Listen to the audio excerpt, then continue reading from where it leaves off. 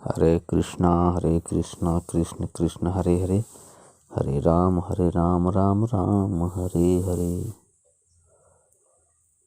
भगवान के 24 अवतार में 18वें अवतार में भगवान राम के रूप में प्रकट हुए।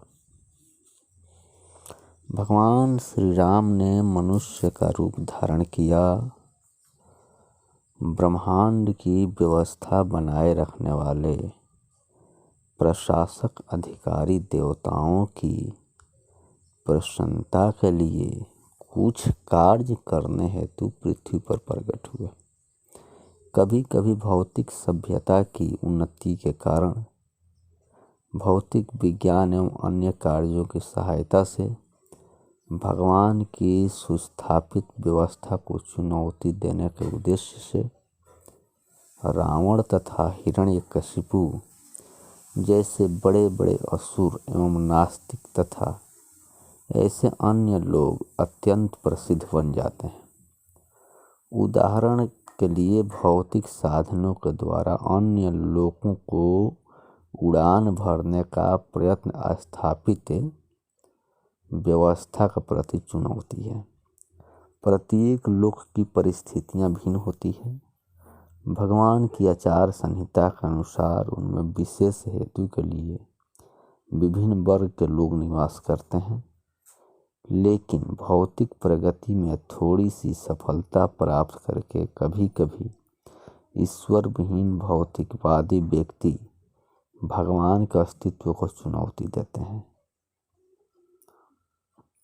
रावण इनमें से एक था और सामान्य लोगों को उनमें योग्यता न होते हुए भी भौतिक साधनों के द्वारा इंद्रलोक स्वर्ग को भेजना चाहता था। वह स्वर्ग तक एक सीढ़ी बना देना चाहता था जिससे लोगों को उस ग्रह तक पहुंचने के लिए आवश्यक पुण्य कर्म न करने पड़े, बिना परिश्रम के वहां तक चले जाएं। और भगवान की सुस्थापित व्यवस्था के विरुद्ध अन्य कार्य करने को भी उद्यत था। यहाँ तक कि उसने भगवान श्री राम की सत्ता को भी चुनौती देकर उनकी पत्नी सीता का अपहरण कर लिया। निसंदेह देवताओं की विनती तथा इच्छा के फलस्वरूप भगवान राम इस नास्तिक को दंड देने के लिए ही आए थे। फलस्वरूप उन्होंने रावण की चुनौती स्वीकार की और यह संपूर्ण लीला रामायण की विषय वस्तु है।